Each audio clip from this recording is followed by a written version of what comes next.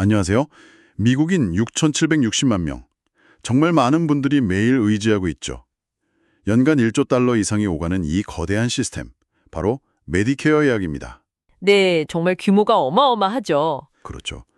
마치 미국 전체 건강 시스템의 정기 건강검진 결과표라고 할 수 있는 2025년 메디케어 신탁기금 이사회 연례 보고서가 막 나왔는데요.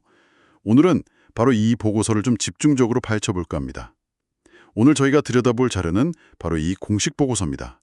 메디케어의 재정 상태를 가장 권위 있게 평가하는 문서라고 할 수 있죠. 맞습니다.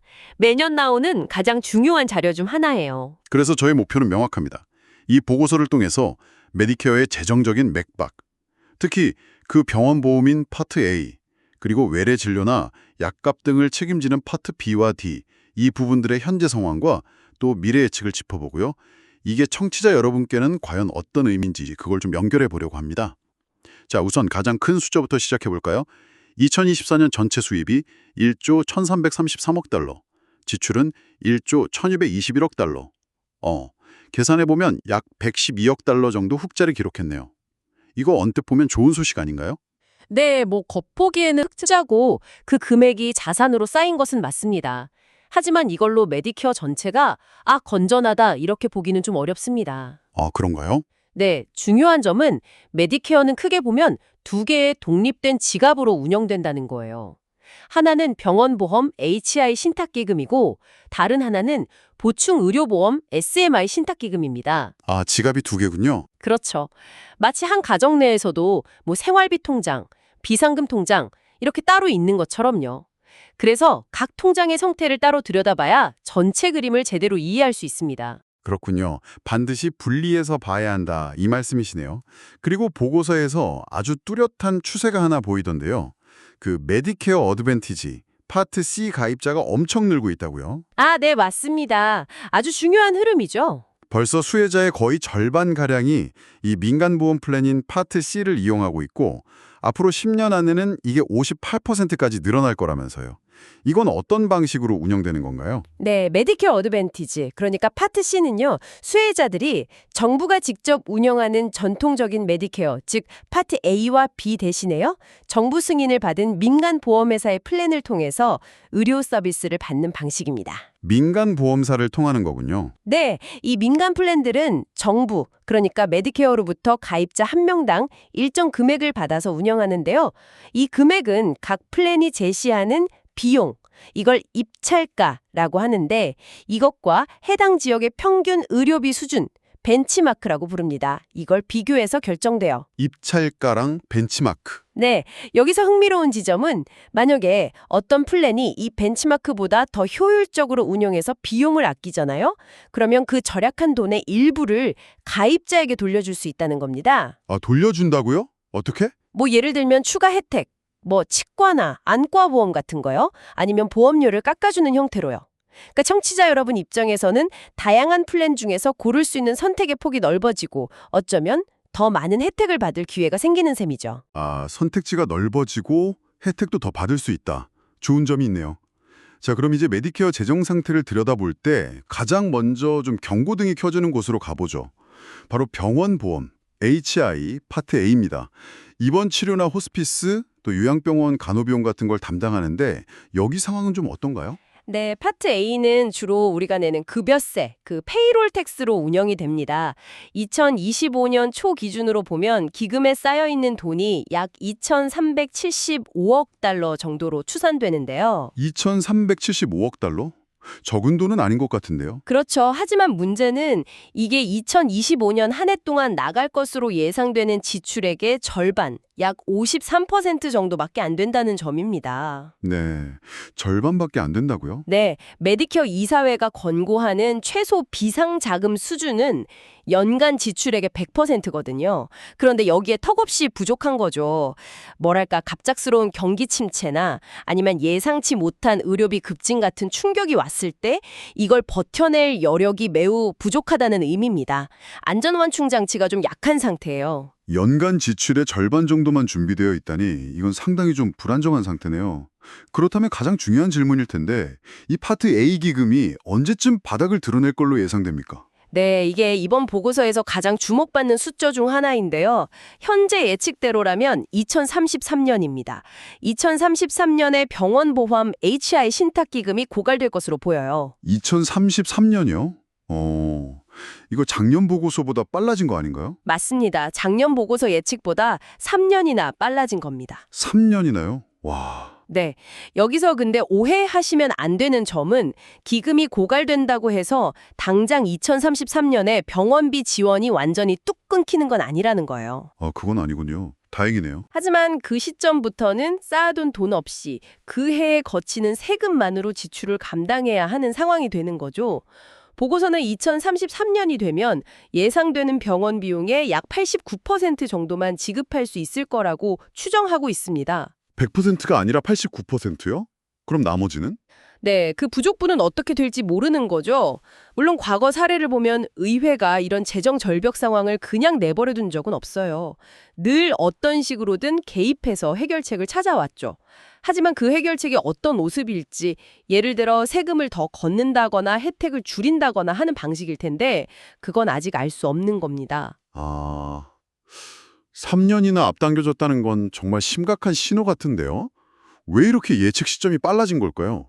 비용이 예상보다 더 빨리 늘어나는 이유가 뭔가요? 여러 요인이 좀 복합적으로 작용하고 있습니다. 우선 의료 서비스 비용 자체가 꾸준히 오르고 있고요. 또 베이비붐 세대가 본격적으로 메디케어 수혜 연령에 접어들면서 이용자 수가 급증하는 그런 인구 구조적인 압박도 커지고 있습니다. 고령화 영향이 크군요. 그렇죠. 여기에 더해서 향후 75년을 내다보는 장기 재정 전망치도 좀 나빠졌어요. 작년에는 예상 적자 규모가 과세 대상 급여의 0.35% 수준이었는데 올해는 0.42%로 악화됐습니다. 적자 폭도 커졌군요. 네. 그리고 한 가지 더 짚을 점은 현재 법률에 따른 예측은요. 병원이나 의사에게 지급하는 의료 수가를 매년 생산성 조정이라는 이름으로 자동 삭감하는 것을 전제로 한다는 겁니다. 생산성 조정이요? 그게 뭔가요? 이론상으로는 이걸 통해서 비용 증가를 억제하려는 장치인데요. 근데 현실적으로 의료 현장에서 이게 계속 가능할까? 또 이게 서비스질 저하로 이어지지는 않을까? 하는 우려가 계속 나오고 있습니다. 이 부분은 잠시 후에 얘기할 대안 시나리오에서 좀 더 중요하게 다뤄집니다. 네, 그 생산성 조정이라는 제도가 현실성이 있느냐, 이 문제군요. 알겠습니다. 자, 그러면 이제 메디케어의 다른 한 축, 보충 의료보험 SMI로 넘어가 보죠. 여기에는 파트 B, 그러니까 의사 진료나 외래 서비스 같은 거요. 그리고 파트 D, 처방의학이 포함되는데요. 보고서에서는 이쪽은 재정적으로 적절하다, adequately financed 이렇게 평가했던데 그럼 SMI는 걱정할 필요가 없는 건가요? 기술적으로만 보면 그렇습니다. 이게 파트 B와 D는 파트 A하고 운영 방식이 좀 달라요. 어떻게 다른데요? 매년 다음 해에 필요할 것으로 예상되는 총 비용을 미리 계산합니다. 그리고 그 비용을 딱 충당할 수 있도록 가입자 보험료하고 또 연방정부의 일반 재정, 그러니까 세금 지원금을 미리 설정하고 조정하는 방식이에요. 아하, 매년 필요하면 보험료를 올리거나 정부 지원을 늘려서 맞춘다는 거군요. 네, 바로 그거죠. 그러니까 필요하면 돈을 더 걷어서 항상 재정을 맞추는 구조이기 때문에 이론적으로는 고갈될 걱정이 없는 겁니다. 이것이 바로 SMI가 기술적으로 적절하게 재정 지원된다고 평가받는 이유예요. 고갈될 일은 없다니 다행이긴 한데 하지만 뭔가 다른 문제가 있을 것 같은 느낌이 드는데요. 혹시 함정이 있나요? 네, 맞습니다. 아주 큰 함정이 있습니다. 고갈 위험은 없지만 훨씬 더 심각한 문제가 숨어 있어요. 바로 비용 분가 속도입니다. 파트 B와 D의 비용이 미국 전체 경제가 성장하는 속도, 즉 GDP 증가율보다 훨씬 빠르게 늘어나고 있다는 게 핵심 문제입니다. 경제 성장보다 더 빨리 늘어난다고요? 얼마나 빠른데요? 보고서를 보면요. 앞으로 5년간 파트 B 비용은 연평균 8.8%, 그리고 파트 D는 7.1%씩 늘어날 거라고 예측해요. 8.8%, 7.1%. 상당히 높은데요? 그렇죠. 그런데 같은 기간 미국 경제 성장률 예측치는 연평균 4.2%에 불과합니다. 와, 거의 2배 가까이 차이가 나네요. 돈 들어오는 속도보다 나가는 속도가 훨씬 빠르다는 거잖아요? 정확합니다. 거의 2배 가까이 빠르게 돈이 나가고 있다는 거죠. 그럼 이게 다 무슨 의미일까요? 이게 청취자 여러분께는 어떤 영향으로 다가오는 건가요? 이게 직접적으로 두 가지 경로로 영향을 미칩니다. 첫째는 메디케어 가입자분들에게는 더 높은 보험료와 더 많은 본인 부담금으로 돌아올 가능성이 큽니다. 매년 재정을 맞추려면 보험료를 계속 올려야 할 수도 있다는 거죠. 보험료 인상이 불가피하다. 네. 둘째는 모든 미국 납세자에게 부담이 됩니다.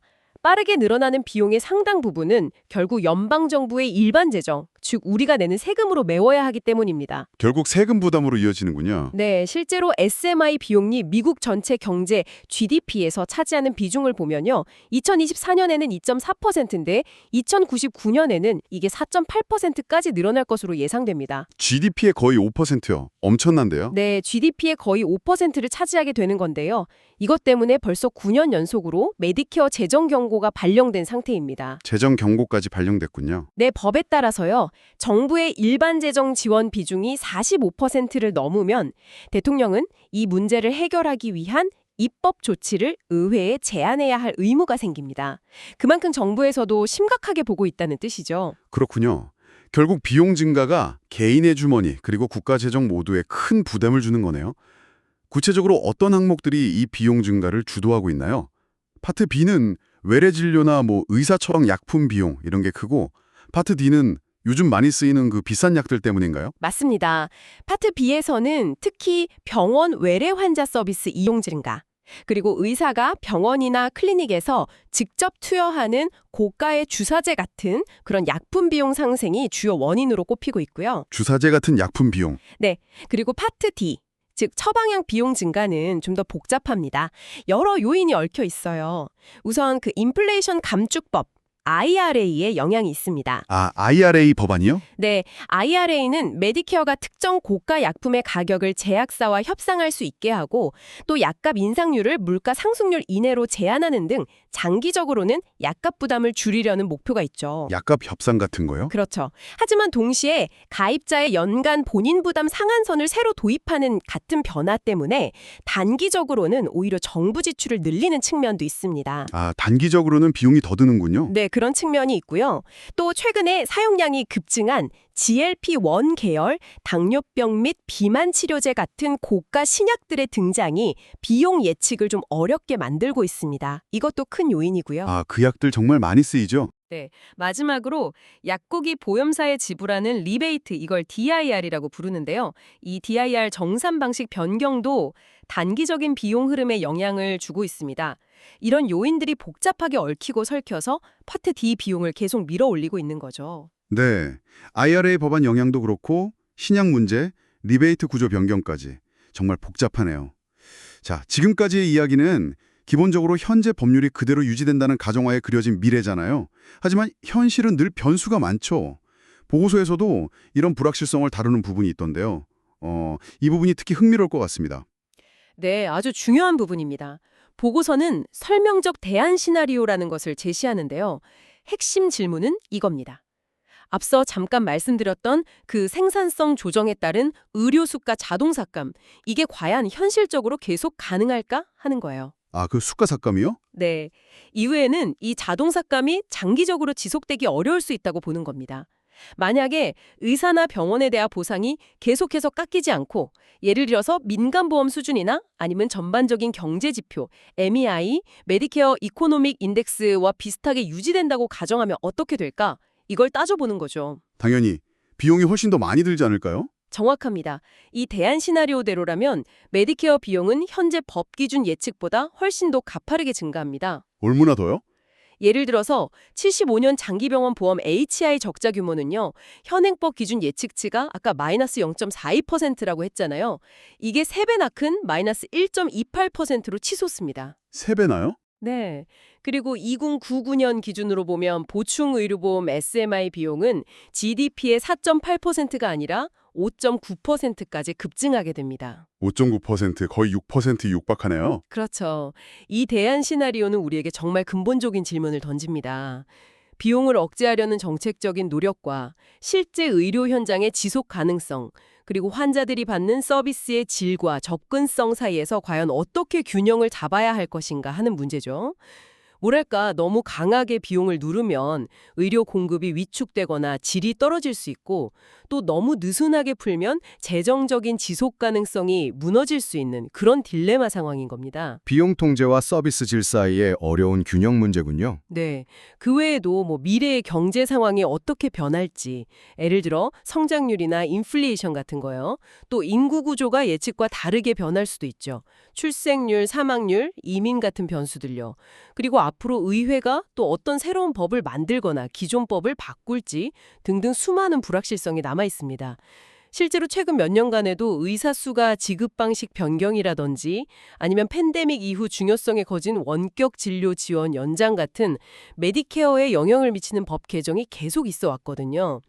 따라서 이 보고서의 예측은 현 시점에서 가장 합리적인 추정이긴 하지만 미래는 얼마든지 달라질 수 있다는 점을 염두에 두어야 합니다. 네, 정말 고려해야 할 변수가 많군요. 자, 오늘 2025년 메디케어 신탁기금 보고서를 통해 살펴본 내용 한번 정리해 보겠습니다.